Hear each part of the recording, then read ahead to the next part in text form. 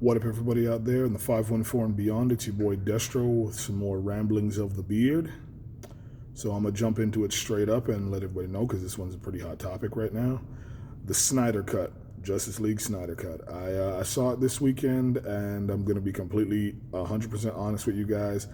It didn't really do much for me.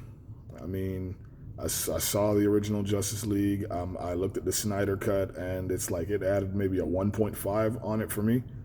Like in total, it just didn't really do anything too much for me. It didn't make me go, oh, everything's, it's the greatest thing since sliced bread. Nah, I mean, I'll acknowledge where they did like right on things, and they did good. Like showing Darkseid, the big bad, giving us a little taste, like that made sense, And I'm like, I can give you guys props for that. And the redesign they did for Steppenwolf was fantastic. Like compared to the original, oh my gosh, like that's how you do a semi big bad. It worked. It worked. So Snyder, I got to give you your props on that one. It's like if you got more stuff in the pipe, you better be coming at Warner Brothers hard and be like, don't stutter my shit.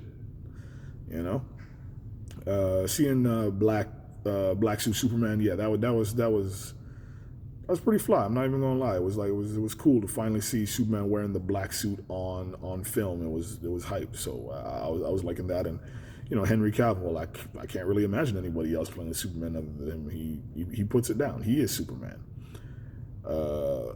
My one of my issues that it's been bothering me since the moment I saw it. It's the fucking Flash.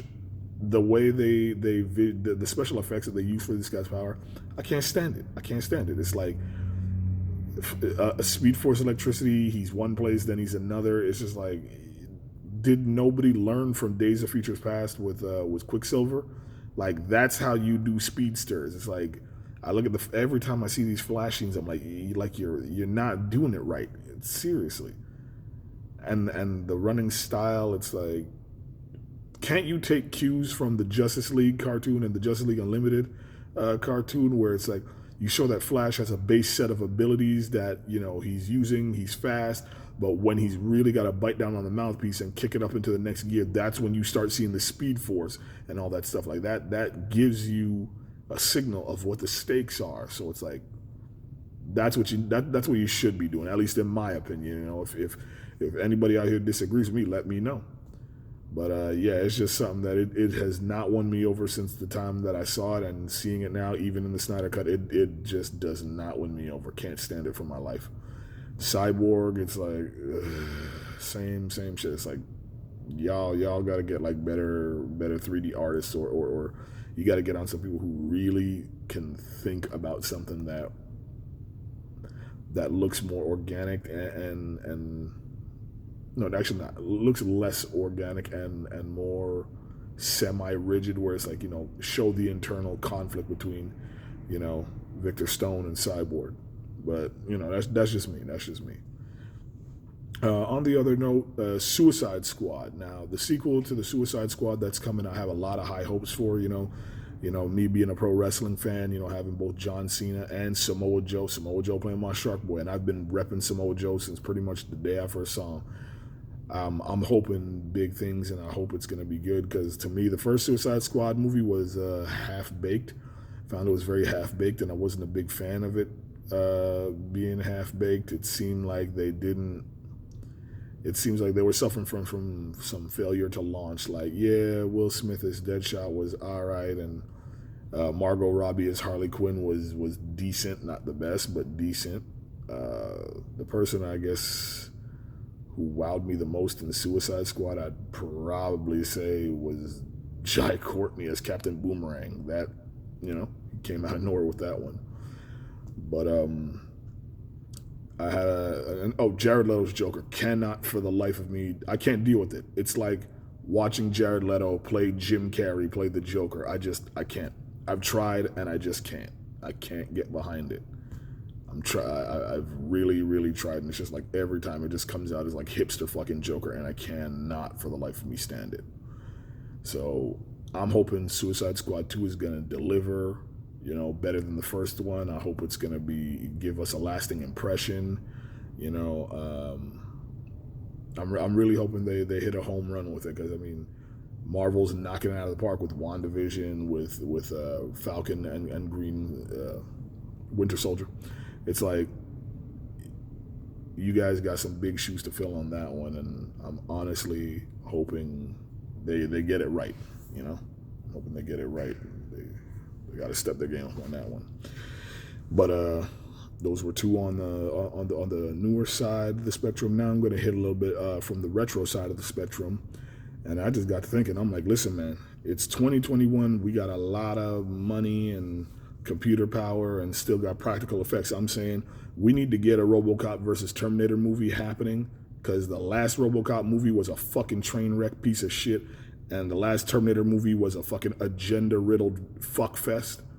We need to get a RoboCop versus Terminator movie. We got that game for Super Nintendo in the 90s. It can be made into a badass R-rated, murder / action movie, semi-horror mystery. It can be a lot of things when you have two great characters like RoboCop and Terminator. I'm just saying, we're getting Godzilla versus King Kong, and I'm happy for that. But it's like RoboCop versus Terminator is an itch that I've had in my mind since I was a kid, and I'm like, yo, they need to get their shit together and have this go down, because I'm straight up thinking it would be some real good shit. And I'm gonna say it, go get Peter Weller to come back as RoboCop. Get that man. I don't care what anybody says. He may be old, but I guarantee you he'd still pull off a decent RoboCop. If Arnold wanted to come back to play Terminator, that'd be the shit. They could have my money.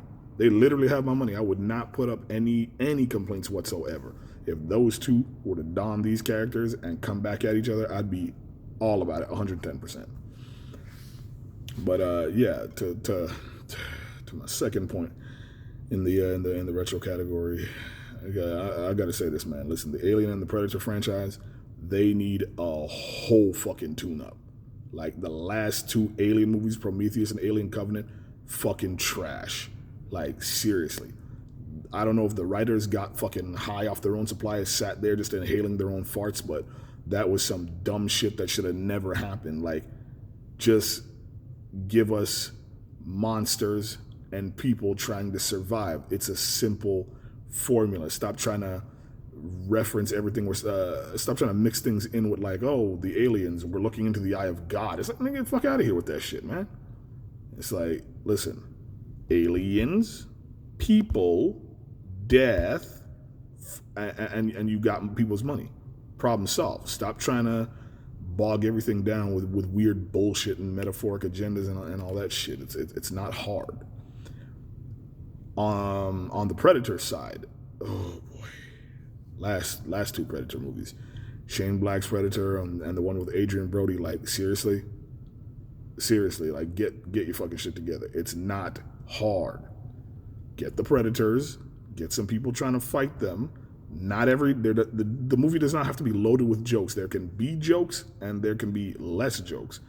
This time, go with less jokes. It's not the 80s or the 90s anymore. Let's try taking it in a more serious direction. That way, you could flesh out a better universe instead of constantly have to worrying about this guy's got to get jokes in. I mean, don't get me wrong. I love Keegan-Michael Key and Thomas Jane, but it's like, I'm gonna be real, man. Y'all did not really know where you was going with the last Predator movie, so they gotta definitely get on that and fix both these franchises up. It's like, Disney, you have both of them under, from the Fox deal. It's like, step it the fuck up or just leave them in the bargain bin wasteland.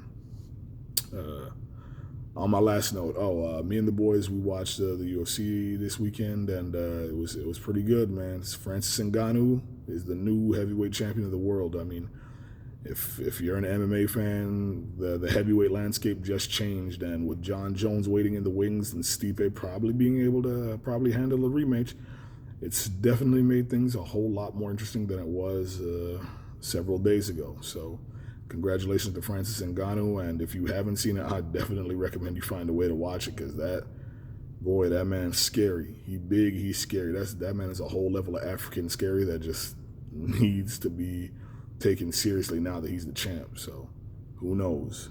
Or maybe even Daniel Cormier, DC, will come out of retirement if I could somehow get this to him. Maybe he'll come out of retirement and take one more crack at the belt. Who knows? anybody's ball game. But again, it's your boy Destro, Ramblings of the Beard. Catch you guys on the next one. If you like, comment, subscribe, see what you get.